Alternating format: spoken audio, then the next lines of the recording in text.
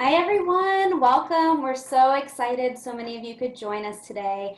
For those of you who did pop in a little early, if you know anyone that would like to access our programs but are having maybe a hard time with Zoom or feel a little uncomfortable, you're welcome to invite them to our Zoom help sessions by phone. That's what Andrea and some of us were just doing. But we are going to start our next program, and today we have obviously Dr. Subramanian, who has been helping us host these amazing programs, and our friend Dr. Julia Alleyne. Am I saying that right, Dr. Julia? Yes, you are. Oh, wonderful. And she is actually going to be talking to us today about resilience, which I have to be honest, I am so excited about because I'm getting emails from Wells Fargo about resilience.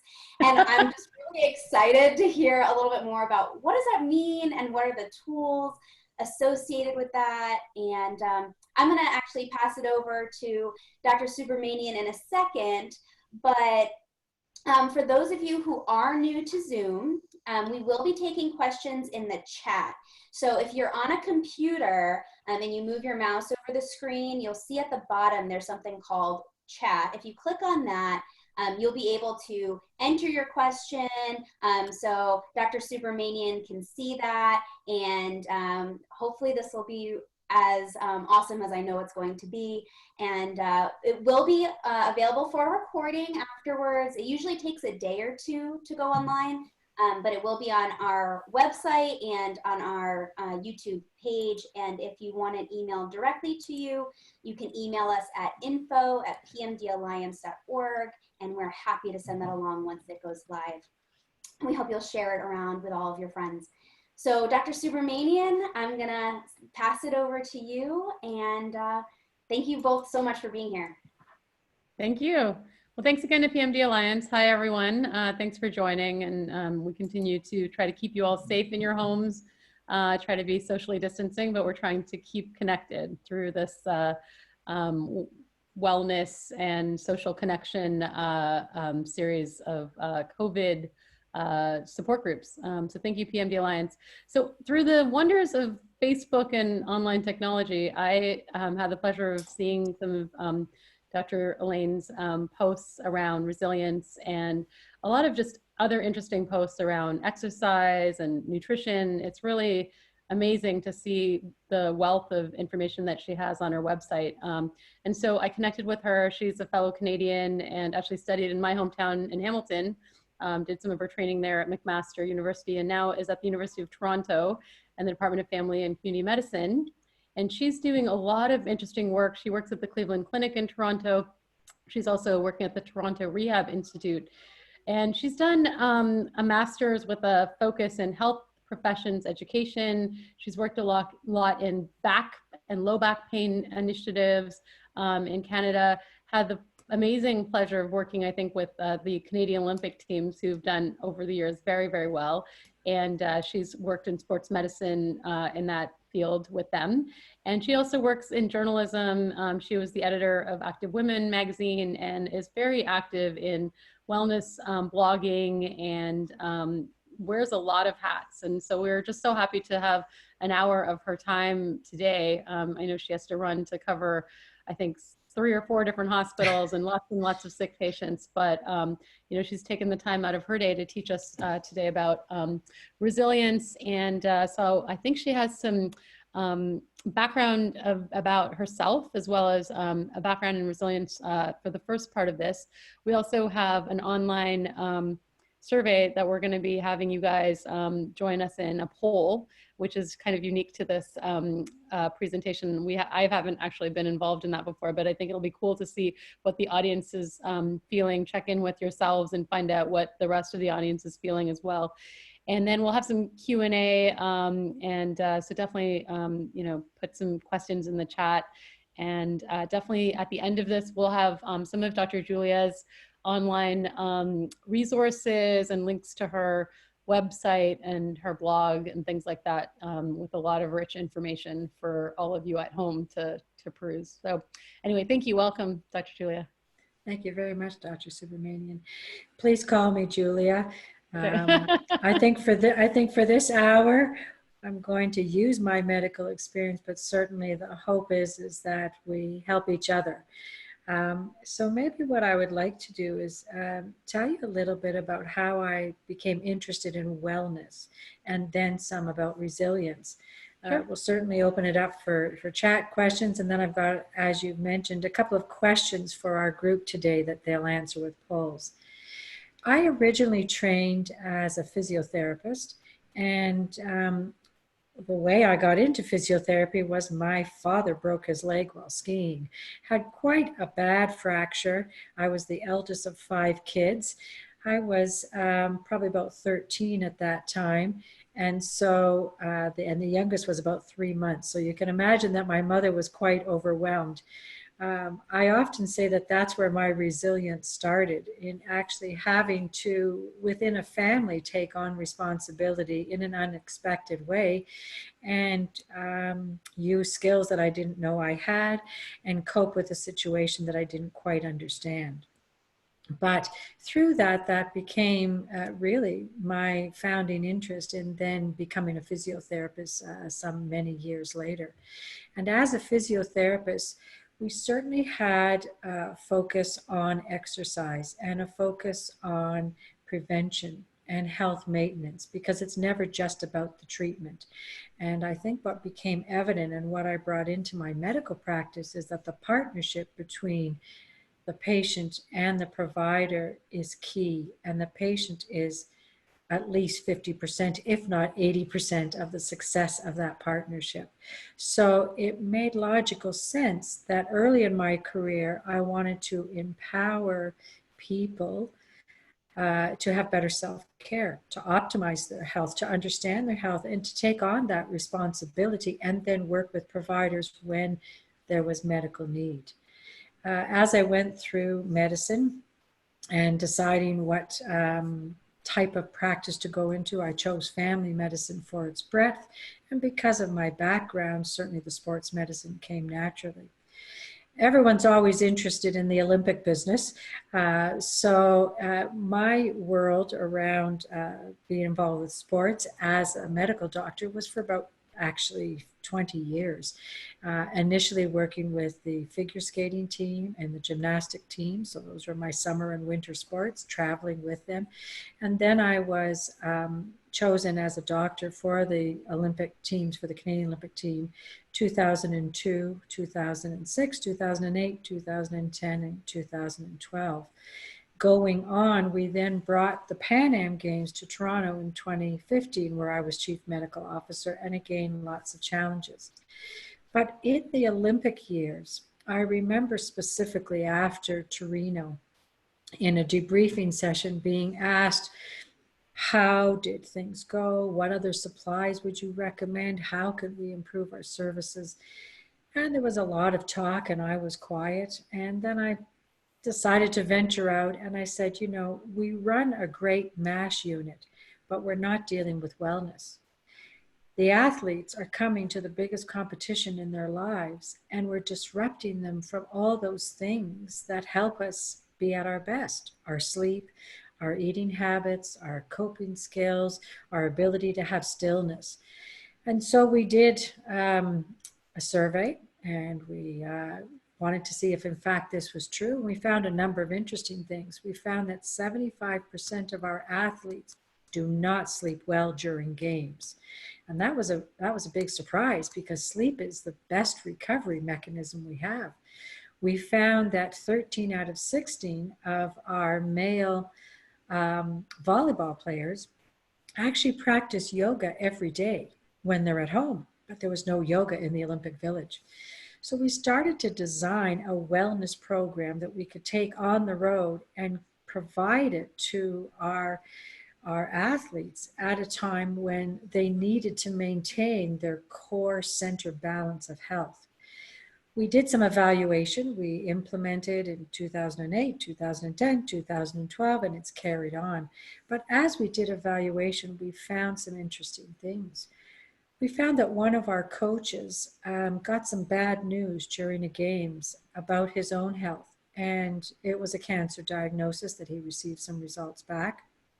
But he felt that he wanted to stay for the remainder of games, and his doctor said, it's not urgent, I can see you in a month. But he had this new diagnosis, and he had this worry and this stress, and yet he was in a role where he had to give to others. And he recalled to us after the event that he went to the wellness center every day to just try and get his peace of mind. And our wellness center was, in a building, in a residential building, but we used soft lights, we used plants, we used water fountains, we used fresh fruit and tea, we used a decluttering approach, using art, using music to try and create an atmosphere that allowed us to promote reflection and to stop and try and rejuvenate from all of the drainers that there always are, and to be able to have a place to do that. The interesting thing, not only did he cope better, and not only did our athletes improve, and certainly whether that was personal best, whether that was dealing with loss, you need wellness for both. But most importantly, as we went on to implement, we realized that creating that wellness corner in your own space was actually very useful. So at the next games, we said, let's actually give our athletes and our staff a night fold, to cover their eyes so that they could sleep better. Let's give them something that is maybe a picture frame that they can put their favorite picture in. Let's give them a little card about the daily checklist for personal wellness. And we found that, in fact, our team set up little corners. Maybe it was a night table, maybe it was a chair, but it was their little wellness place where they could look at it, focus, regain strength. I've worked with the National Ballet Company, with many corporations and hospitals, with Alberta Health Services, where we've tried to put a wellness approach into our provincial health system. And it's really something that is not hocus pocus. It's something that works. It's something that the patients feel they can do. It's something that each of us as people and not patients need to do. And so that's really my founding. What happened when COVID hit is I'm not a very big Facebooker, to tell you the truth. And I kind of am often distant from some of the goings on in social media, partly because of time, partly because maybe I don't want to put my 2 cents in everywhere. But then we started to get into COVID, people working at home, the news stories building and building and building. And I put up a post. It was a post about framing this current situation with our inner strength and being able to actually see through to the next day, and not letting the worry erode what we already have and what is built in our relationships and our purpose, not letting that slip away with the changing environment. And all of a sudden there's lots of likes and lots of interactions, and so I posted again. And by day 3, I made a commitment, and I said to my Facebook friends and to their friends, listen, I'll do something every day that we are in this together as my way of helping you through wellness. As we realized that days became weeks and now weeks are becoming months, we set up the website, my daughter, my son, and I, called WellSense. And in that website, we now were well beyond Facebook, and we were able to really have an open, public, free website of wellness messages. Yes, there's a framing around dealing with difficulty, but there's also a calmness that I try and put into it, mixed with scientific fact. And that's really what has been my formula all the way along. Let's take the science and turn it into common sense so that we can actually implement it, and so that it's not hard to understand, and so that we can customize it. And that's really the story of WellSense and how we became connected. And the post about resilience, I'm going to talk for just a few minutes about resilience. The post about resilience has been the #1 most popular post. And what is resilience?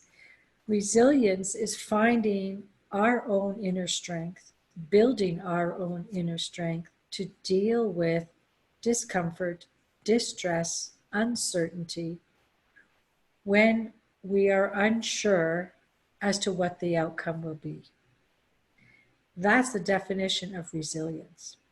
Now, we can think of the word as we use it commonly, and we use the word resilience to mean someone who maybe has energy, who bounces back, who's creative, who's innovative, who thinks of ways to cope. All true.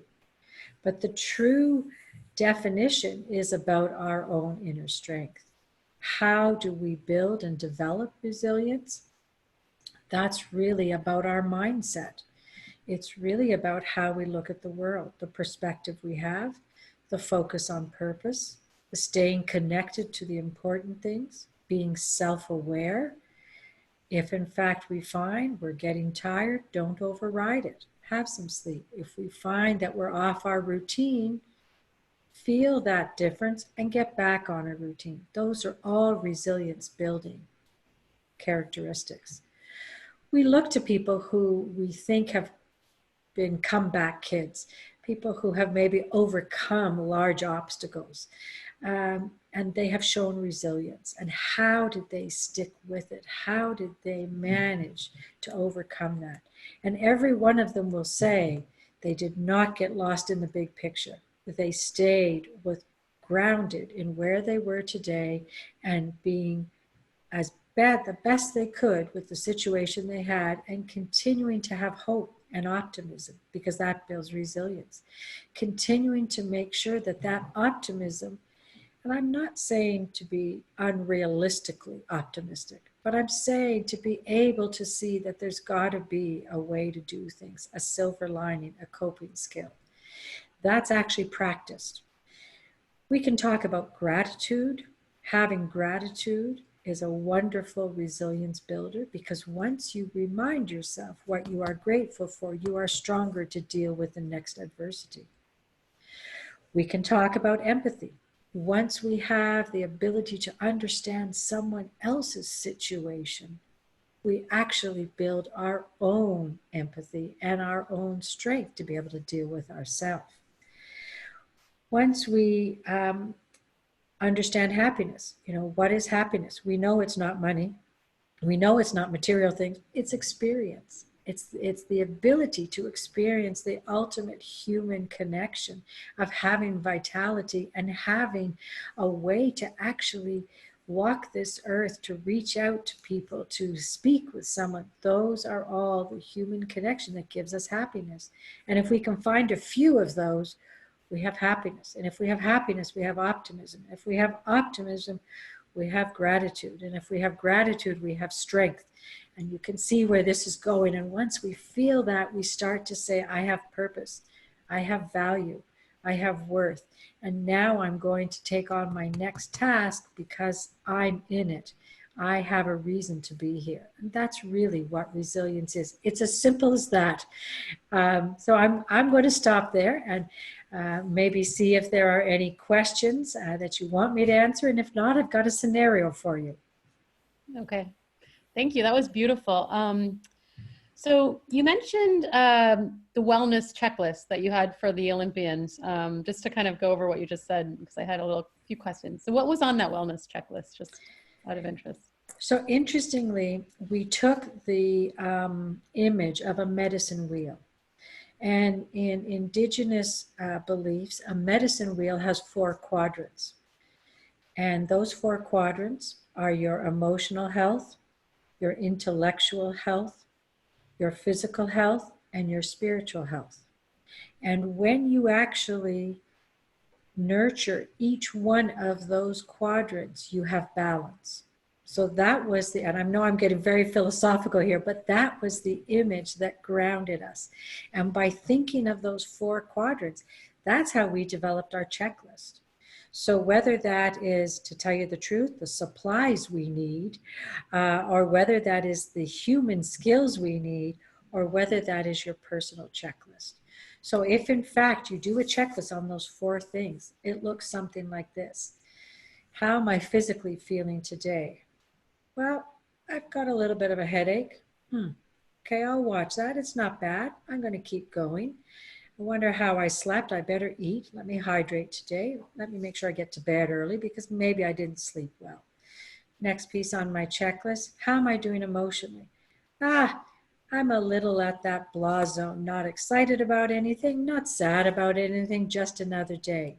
Where do I need to be? Well, I got to get my emotional zone into a more energetic phase so that I can get into my day's activity. If it's the athletes, get into my training, prepare for a competition. And that emotional zone, you can actually manage it. You can actually change your emotions. You can go from feeling blah to feeling up and positive, whether we use music, whether we use self-talk, but we can get there. Now, where are we with our intellectual? Am I overthinking things? Am I simplifying things? Have I missed something? That really starts with self-awareness, awareness of myself, of my relationships, of my surrounding. What's the gauge on everyone? And my spiritual wellness. My spiritual wellness is my belief in this world, my belief in something beyond this world, my belief in myself, my belief, what's my creed? Is my creed do unto others as you would have them do unto you? Then I'm going to say that, and my spiritual self is going to become an action so that I actually make sure I nurture that. And maybe I need to read a reflection, listen to music, pray. Those are all part of feeding my spiritual self. So in my 4 quadrants, I need to know where I am, and I need to make sure I nurture and balance those quadrants. That's amazing. Getting back to what you just had said. So you said the emotional zone, you can actually shift.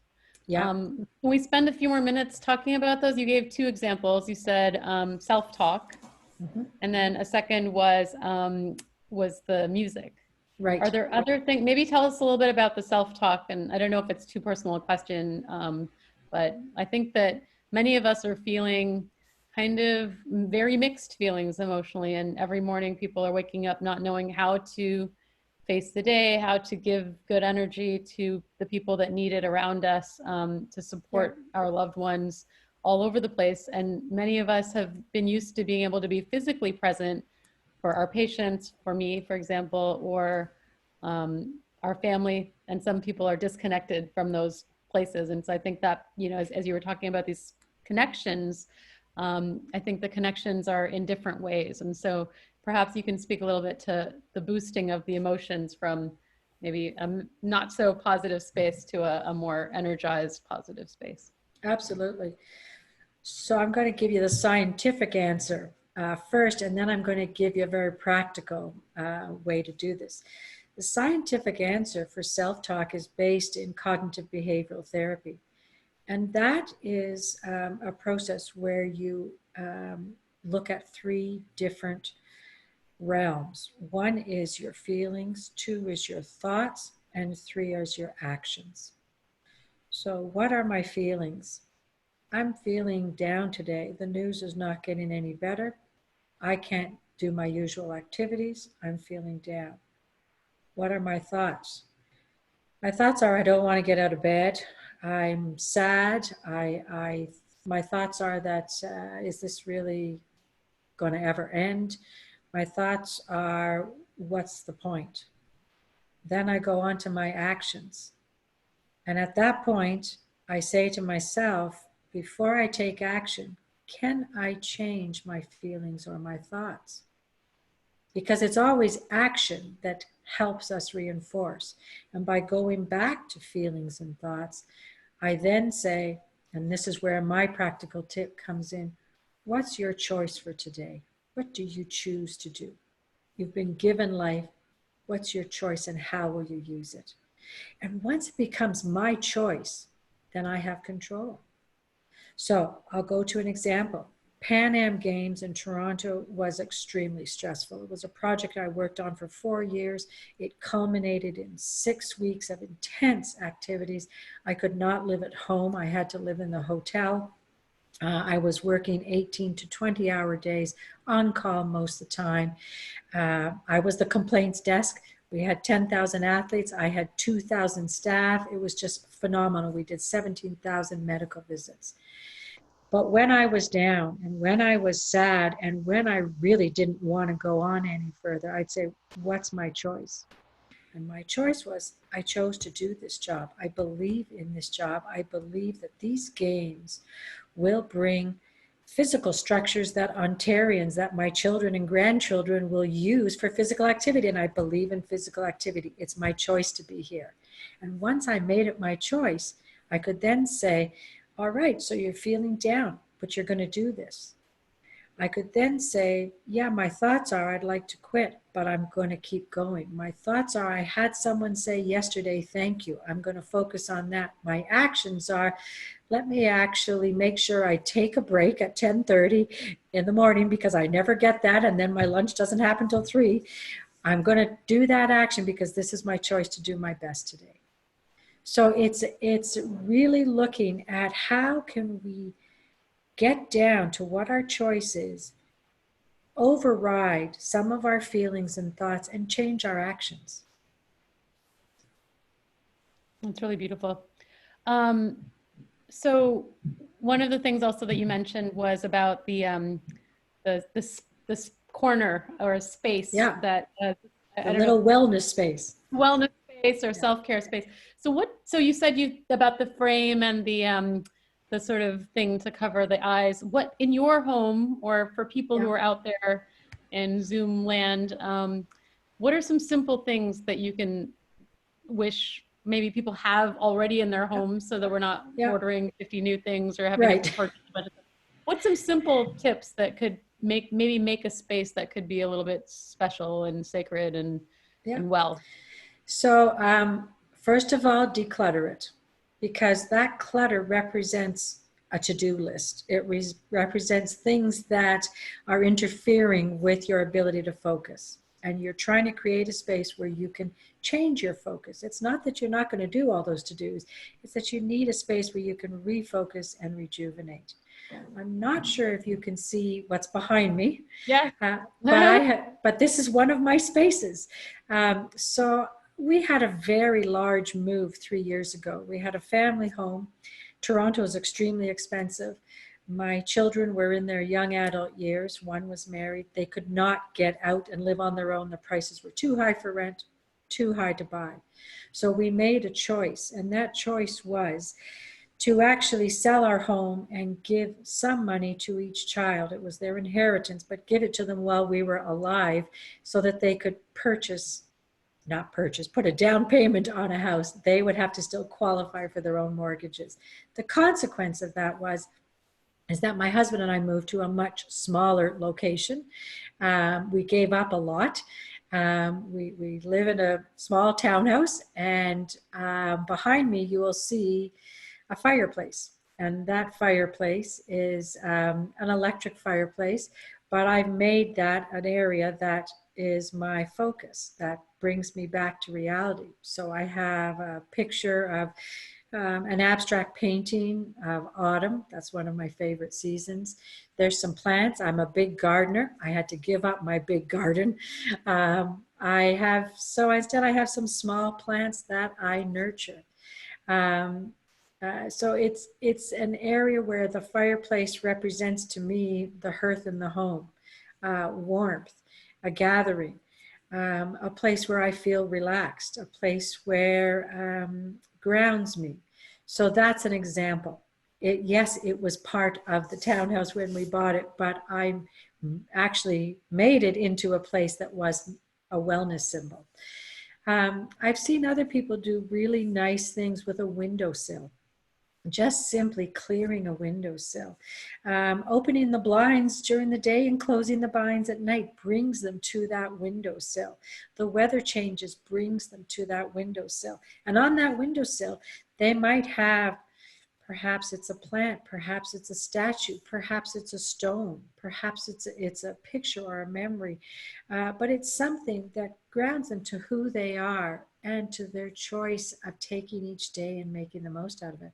And a windowsill is a beautiful wellness spot. And I know someone's going to think, yeah, but what if it rains?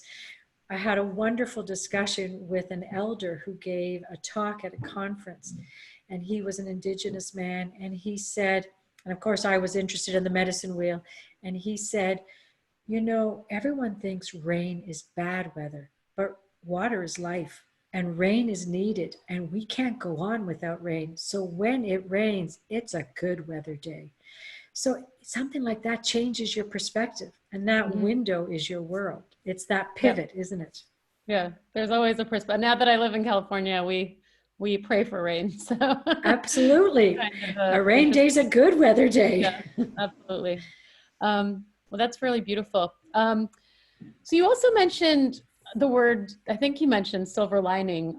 Yes. And I've been looking for silver linings in all of this, trying to understand, you know, I'm a Western trained doctor who's interested in many Eastern philosophical things, and I love learning about new things and philosophies. And so I think we're a bit two peas in a pod. Absolutely. It's clear to me that you're not just a physical therapist who has a science background, who's practicing family medicine, but you bring so much wealth of spirituality and different other psychiatry, you know, psychology, cognitive behavioral therapy, and there's just a lot that you have knowledge about, which is amazing.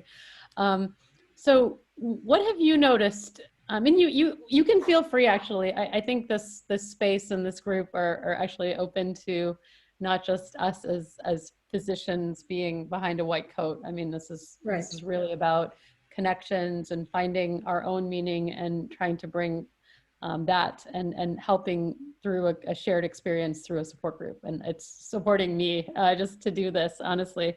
So maybe you can tell me a little bit about your silver linings and what you've noticed, maybe personally and even, you know, in the community that you live in Canada. Absolutely. So I'm going to jump around a bit because I think there are silver linings. So I'll tell you a very simple one. When we moved, we couldn't bring our dog with us, and my son took our dog. So about 6 months ago, we adopted a rescue cat.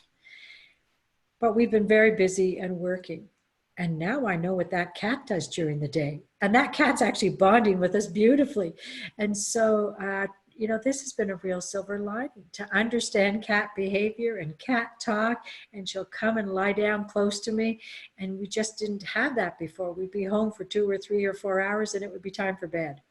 So there's a little silver lining there. And I know that may seem trivial, but I think if we take that to those who we live with, who I call our home buddies, whether they're animals or whether they're people, they're our home buddies, we honestly don't spend as much time with them, even though they are closest to us and even though they are our connection.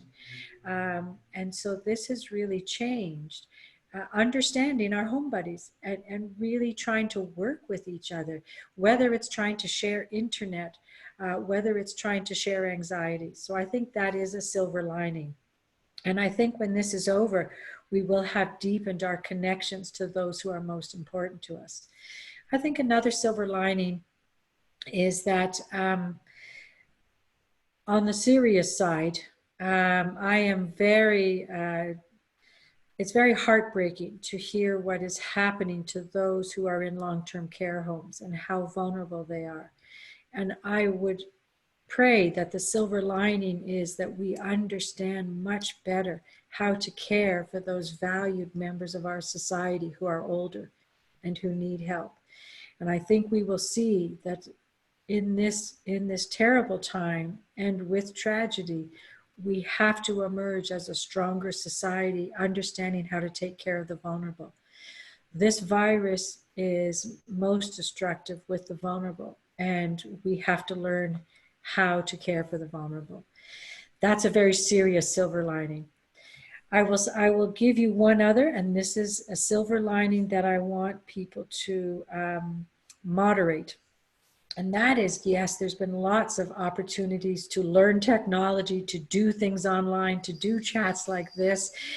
There's opportunities for online courses and virtual tours of museums. And I think that is good. I think that's a silver lining because it's pushing us to modernize so much of society that has been dependent on physical physical experiences. And yet in the community with disabilities, there are so many barriers.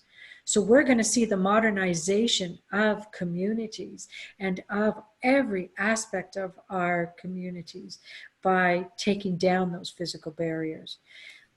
The piece I wanted to say is don't get too busy, because I have found that some people are busy day and night with learning the technology and trying this and trying that. We're overwhelmed with emails. So still, it's not going to go away. This is going to be the modernization of our time, and we will truly become barrier-free, I hope. One of the things that we've talked about a little on this support group is we are able to connect with people, you know, through the phone and also through the Zoom that are in their homes and are lucky enough to have internet and a computer. There's definitely a population of our patients that don't have the luxury of having those things, and we're trying to figure out how to connect even with people that are less fortunate and less connected in this space. We also have done some research in the Parkinson's world on social connection as being a good prognostic. Sort of, it means that you do well if you're socially connected, and if you're not socially connected, that you do poorly with respect to how your disease progresses and some of the other things that go along with the disease, like cognition and mood and things like that. And I think generally in aging and wellness spaces, we're talking a lot about, you know, getting out and exercising in a group and socially connecting as a group, you know, having that tangible yoga teacher who touches your back to fix your posture, or to, you know, hold hands in a circle or dance with someone in a group. Can you speak a little bit about your sense of how to address, I guess, these two questions? One is continuing to try to socially connect, you know, in this social distancing era. And then the second is, have you thought in your wellness strategies and things about how to access those people who are quite isolated and even may not be well connected from an internet perspective? Yeah, I think that's a great question. In Europe, certainly we saw that need to connect without technology. And that was people coming out into their balconies and opening their windows and singing. And that was connection. And that can go further with the telephone. You know, you don't need all the internet to actually feel connection. So whether that is the telephone, whether that is through a window, we've seen a lot of that too, signs through windows, people coming by, leaving something perhaps on the doorstep, but then putting a sign up. Sometimes it is ordering a delivery or receiving a delivery. So I haven't seen my grandchildren now for 3 weeks, and I know that this is hard for them, and we've tried calls, but I just ordered a little gift to be delivered to them. So there's a few different ways that we can stay connected, but the actual lesson from Europe was that getting out, opening your window, and hearing another voice was a connection. I'm not sure, you know, exactly what is happening in California, and I know that all over the world, every community is looking at this differently. But if you watch the news is starting to show stories of connection, whether that be in Toronto at 11 a.m. on Sunday mornings. There's a lot of neighborhoods where people just open their windows and doors and sing the national anthem.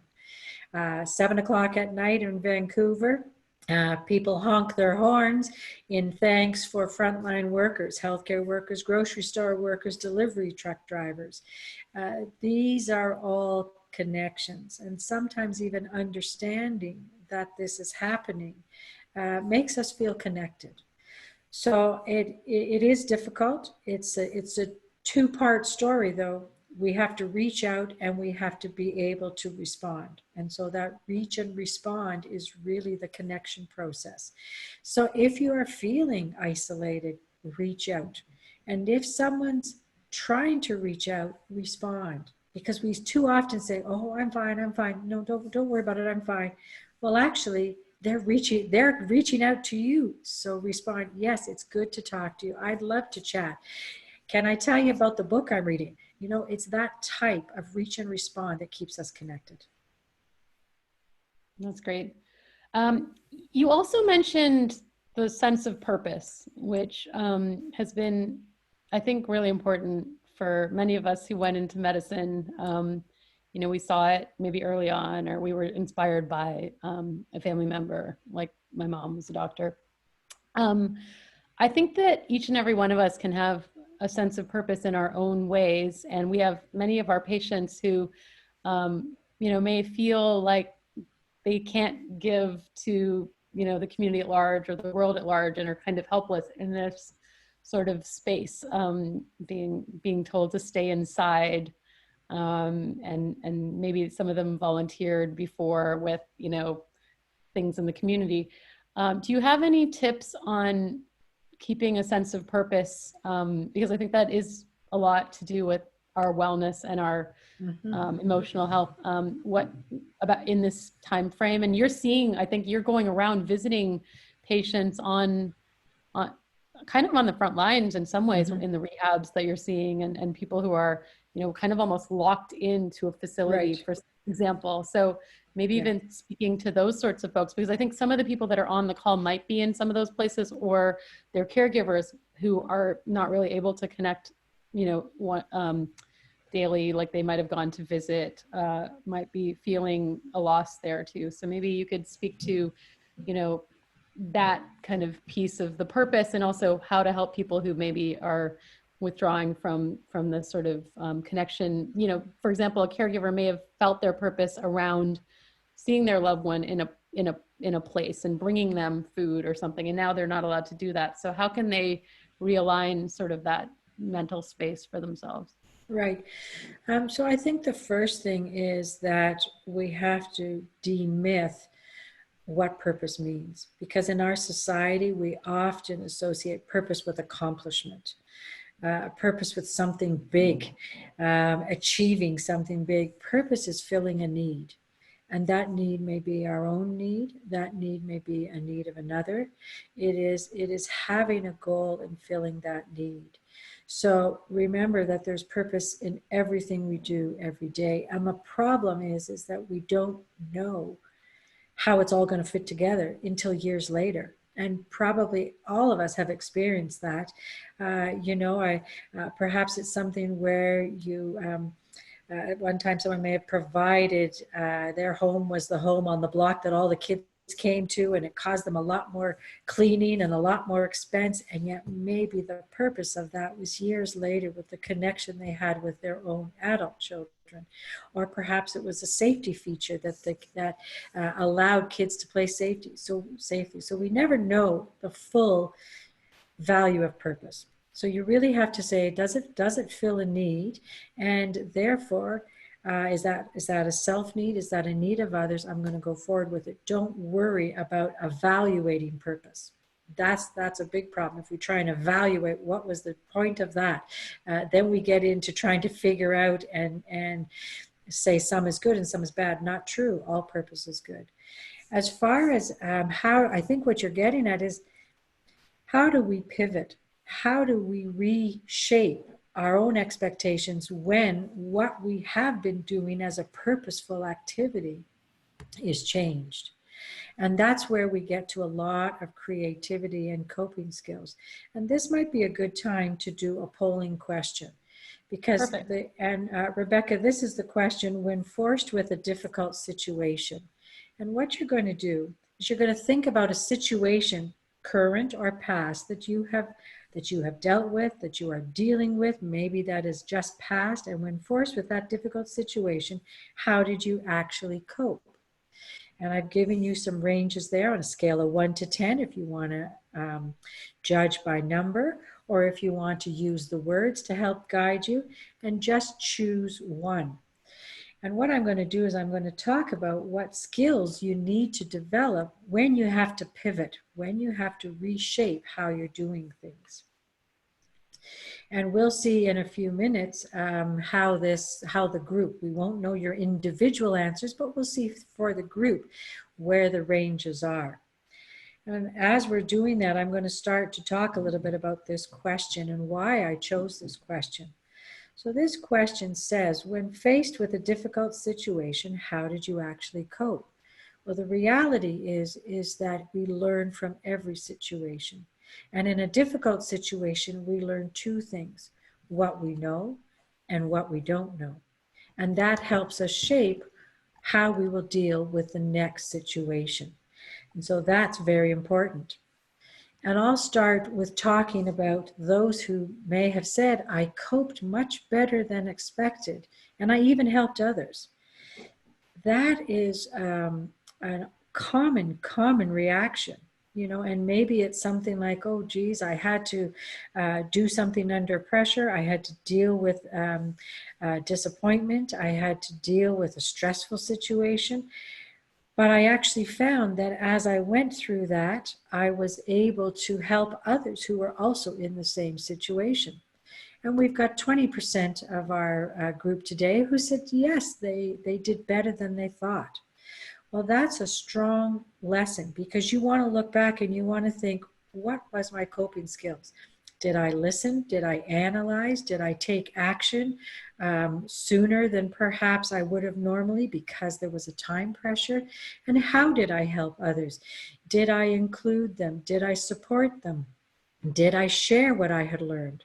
And those become coping skills for your next problem. But it also means that you're in a position where you can help others learn to cope. And if you've had coping skills in past situations, and now we've got a situation where others need help, dig up those coping skills. If in fact you said, I'm going to go to the other end of the scale, which says, I couldn't cope and I needed help. And Rebecca, do you think we could just put that up for one more minute? If you're in that situation, and that was a few of us, you want to call for help early. Don't let a situation overwhelm you. Even if you think you know how to do it and you find yourself in deep water, the key there is self-awareness. I'm not coping well. Find that out early, because the longer you aren't coping well, the harder the coping gets. And then we had a split between I managed eventually, but had some difficulty figuring my way out, and I did better than expected and learned some new coping strategies. The only difference between those two answers is in those who said 4 to 6, I managed well. On a scale of 1 to 10, I was about a 5. I managed well, but I had difficulty figuring it out. You want a little bit of number 1. You want a little bit of asking for help early, because you will do well with a bit of mentoring. And those who were in the 7, 8, 9, I did better than I expected. I learned new coping strategies. That's a confidence builder. Those are the people who need to know that they can do it. Have confidence in yourself. You can do it. We can take that down, Rebecca. So by having that confidence in themselves that, geez, I've got to pat myself on the back. Confidence is a tremendous resilience builder. And there's nothing wrong with saying, I can manage this. I know how to do this. And I'm going to go ahead and do it. That's purpose. Perfect. Perfect. Well, thank you for pointing out that actually doing something like the purpose can be directed at oneself. Because I think that a lot of people think that the purpose has to be for, something very tangible for a group of people or the world or something. And they get kind of stuck in the weeds of trying to even figure out how to get out of bed, and they just kind of give up. And so even if it's doing exercise or making yourself a healthy snack, or, calling a friend because you kind of need it, I think that that's really helpful, because I think people really feel they beat themselves up. And I think this concept of self-care, a lot of people, and I find actually in my world, I have a number of women at my UCLA side who are young grandmothers or young moms, even sometimes, depending on what age group they got their Parkinson's. And they really feel guilty about not doing things for other people. And this time where they're not babysitting their grandchildren or baking cakes for, 50 whatever brunches or whatever they're trying to do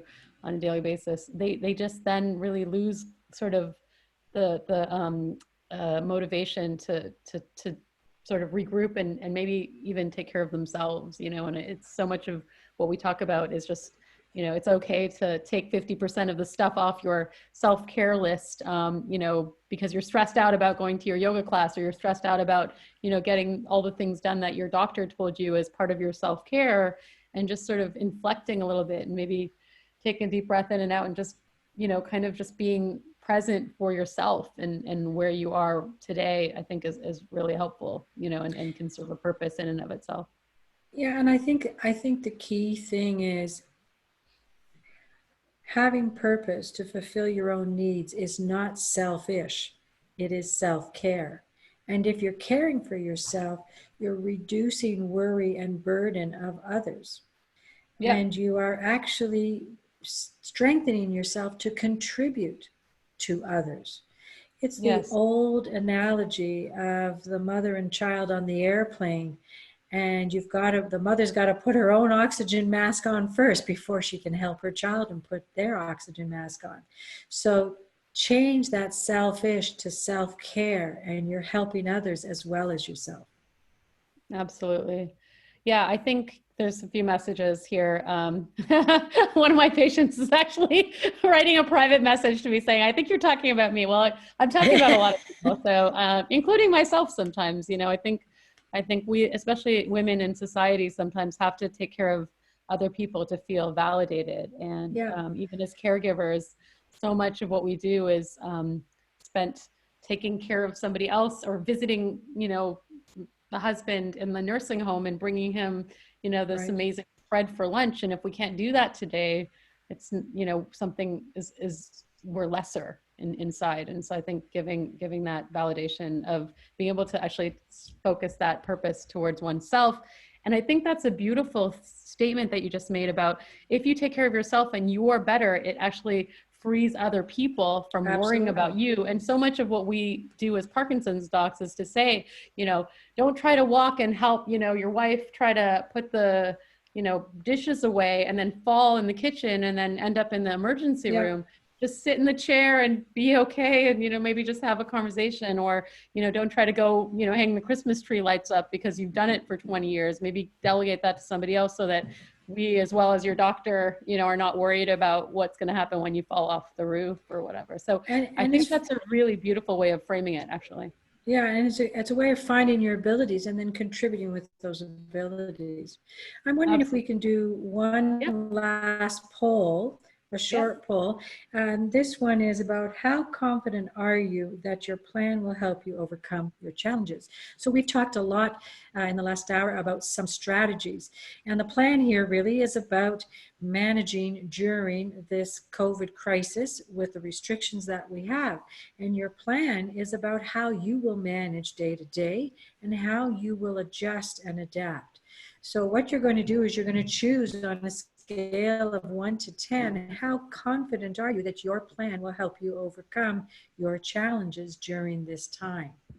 And I will tell you that I can understand that there will be a lot of people who may be unsure, because we're right in it. The first question, I was asking you to reflect back and think about how you actually handled a situation. Now we're in a situation and you're trying to see how you're doing and self-assess.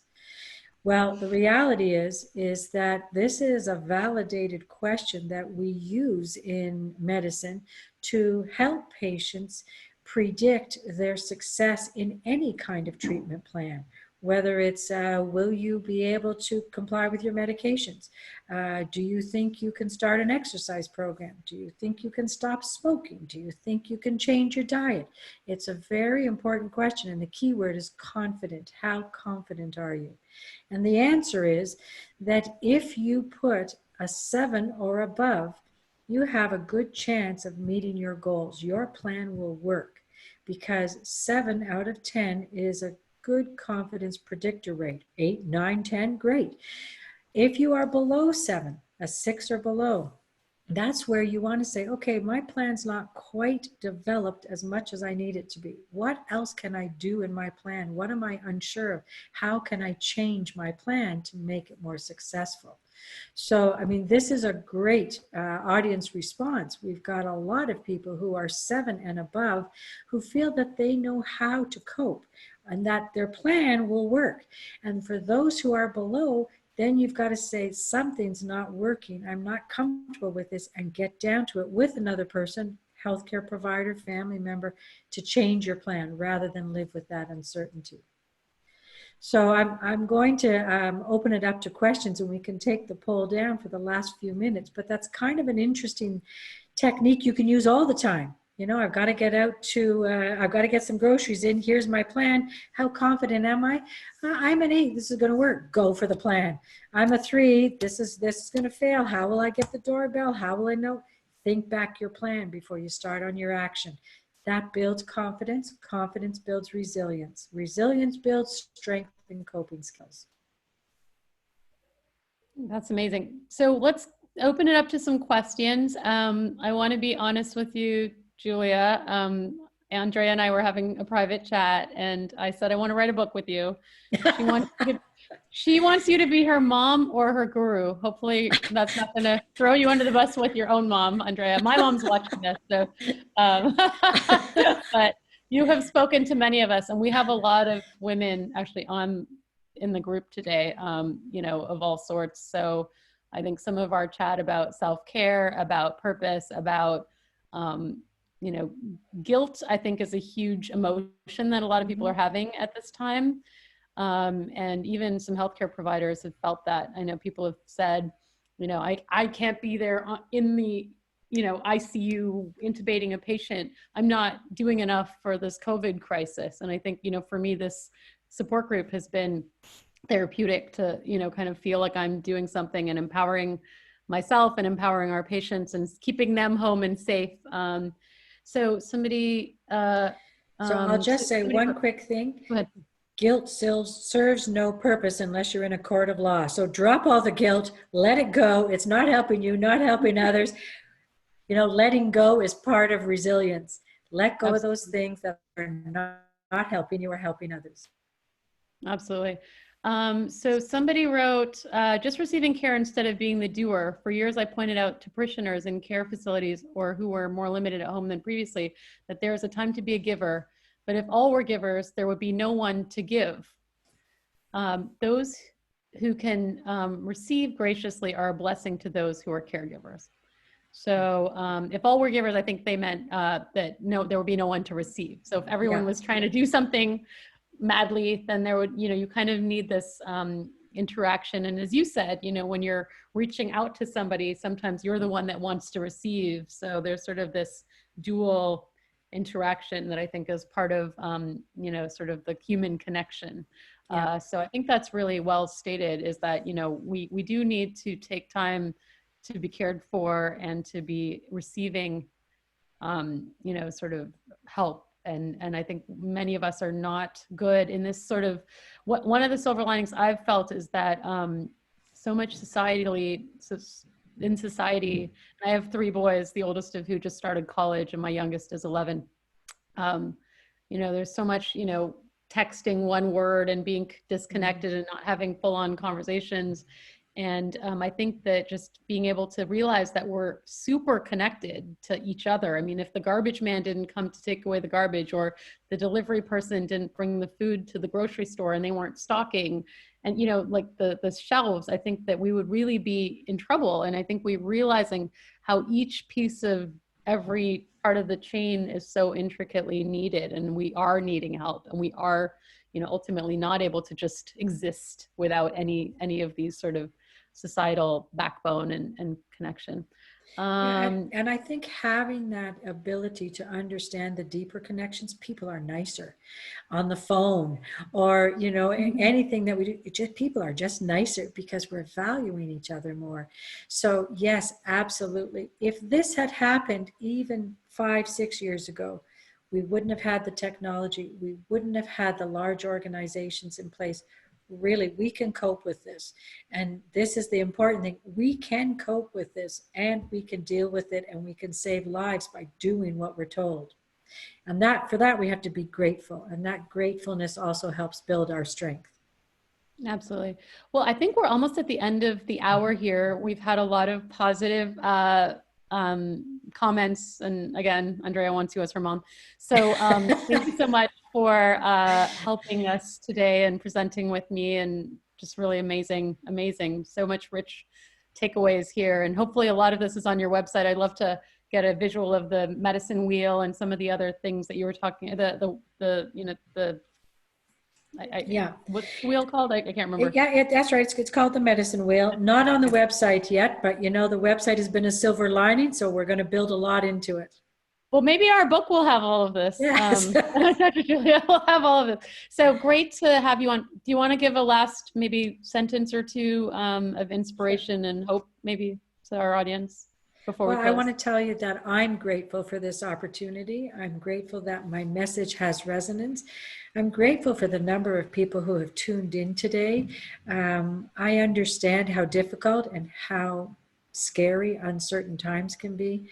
And I just want to give you some hope that there are smart people all over the world helping guide this, and that we are finding that the recovery rate is high. I know we focus on the death rate, but also we have to focus on the recovery rate. So please stay with it, stay connected, be strong. We need everyone to be strong. And I hope to connect with each of you through the website or some other way, but know that I am also thinking of you, and I will continue to. Thank you. That was beautiful. So Bev here says to wave enthusiastically at the FedEx, UPS, and mail carriers. So Yes. I think that's another tip. So, well, thank you again, PMD Alliance, and thanks, Dr. Julia, for joining us. And we'll have, I think you'll have another group of folks, and we have not just the people on this call, but a lot of people are also watching YouTube, and you can also post it on your and introduce a group of Parkinson's patients in Canada to this wealth as well. So. So Andrea and Rebecca, back to you guys. I'm not sure who's closing today. Thank you. Thank you, Julia, and thank you, Dr. Subramanian, so much for your presentation today. As I wrote in the chat, I felt like you were talking to me the whole time, and I was like the only person sitting in this room, which clearly that's not true. We have had so many people here. I love seeing all of your faces every time we do these. Dr. Subramanian was just making a comment about how connected we are, and being able to see your faces really just makes me feel like we're all still being able to connect, even though we're sitting in our homes. So again, Dr. Julia and Dr. Subramanian, this was amazing. For those of you who'd like to, and we have some people clapping, yes, it was wonderful. I feel like we should give a standing ovation, But we've had so many great comments. I think this really resonated with each of us in a really deep way. I know it did for me. So we do have more of these programs that are coming up. We have one on Friday that we're really excited about. It's actually one of the authors, Dr. Dorsey, who was one of the authors for the book Ending Parkinson's, and he's going to be on talking about the book. So for those of you who have read the book or would like to read the book or are interested in learning more, he will be on Friday. But then really excited, I just met with him this morning, but we have Dr. Eric Johnson. He's a psychologist from UCLA. He's going to be talking about stress strategies for weathering the COVID storm. I just want to make sure I got that title correct. He's wonderful, and I think it's going to be a beautiful complement to this presentation. It will be at noon again. For those of you, as I mentioned at the beginning, that you want to get other people online and you want other people to be able to view these programs, we will have a half-an-hour session before the event on Monday for getting you onto Zoom. Noon Pacific time. Sorry, I forget. I'm in California too, so everything's in my mind is Pacific time. It is Pacific time, so 3 p.m. Eastern. I think it's like 13 hours to Israel. I know we have someone who pops in from Israel sometimes.